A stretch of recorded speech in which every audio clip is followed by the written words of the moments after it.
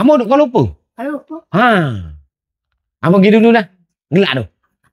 Sekarang Abe sedang menuju ke rumah keluarga Asnaf di perkampungan Latarek, Kuala Kerai, negeri Kelantan.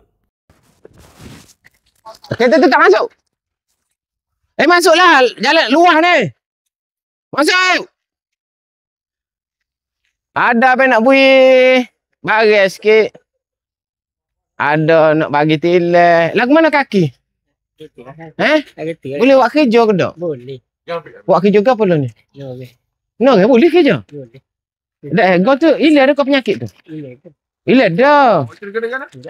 Kanser. Mak. Mak tak dengar tu. Bukan lalu lah plastik. Bukan lalu. Itu mana? Ada. Tak ada dah kanser. Kanser tak ada dah dia. Tak boleh lepak lah.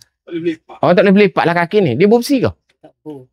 Berapa tak boleh berlepak Tak boleh. Apa ni kanser dulu ni?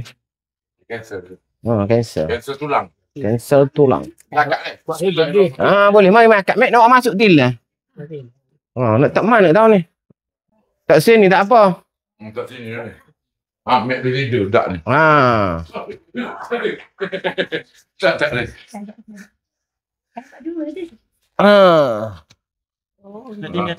Tinggi atas tu lah. Atas ni lah sedap sikit. Tinggi.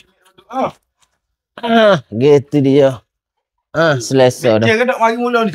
Macam tak? Mari dah mula. Dalam 3-4 bulan lepas. Tak dengar. Tak dengar.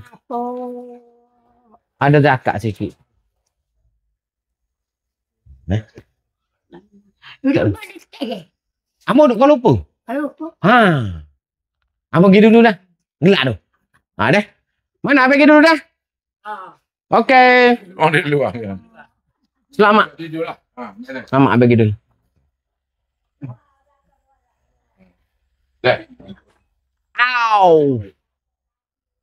Beberapa bulan sudah Abe pernah melawat keluarga ini dan Abe dapat melihat tempat mereka tinggal sebelum ini.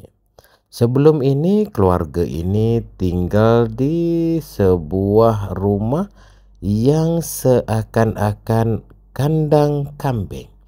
Disebabkan tak sampai hati dengan kehidupan keluarga ini, maka penduduk kampung sekitar sini yang semuanya baik hati berpakat untuk menyiapkan rumah nenek ini dan juga anaknya yang mengidap kanser tulang.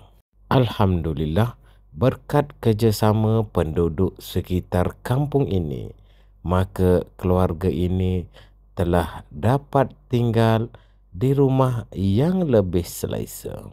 Semoga kebaikan penduduk kampung ini menjadi contoh buat kampung-kampung yang lain. Hari pun dah hampir menjelang maghrib dan Abe kembali semula ke Istana Sangkut untuk makan malam. Dan makan malam kami pada malam ini sudah pastinya disediakan oleh Istana Sangkut. Terima kasih buat Istana Sangkut Latarek, Kuala Kerai. Buat warga maya yang baik hati, jangan lupa untuk follow, like, komen dan share setiap video Abe.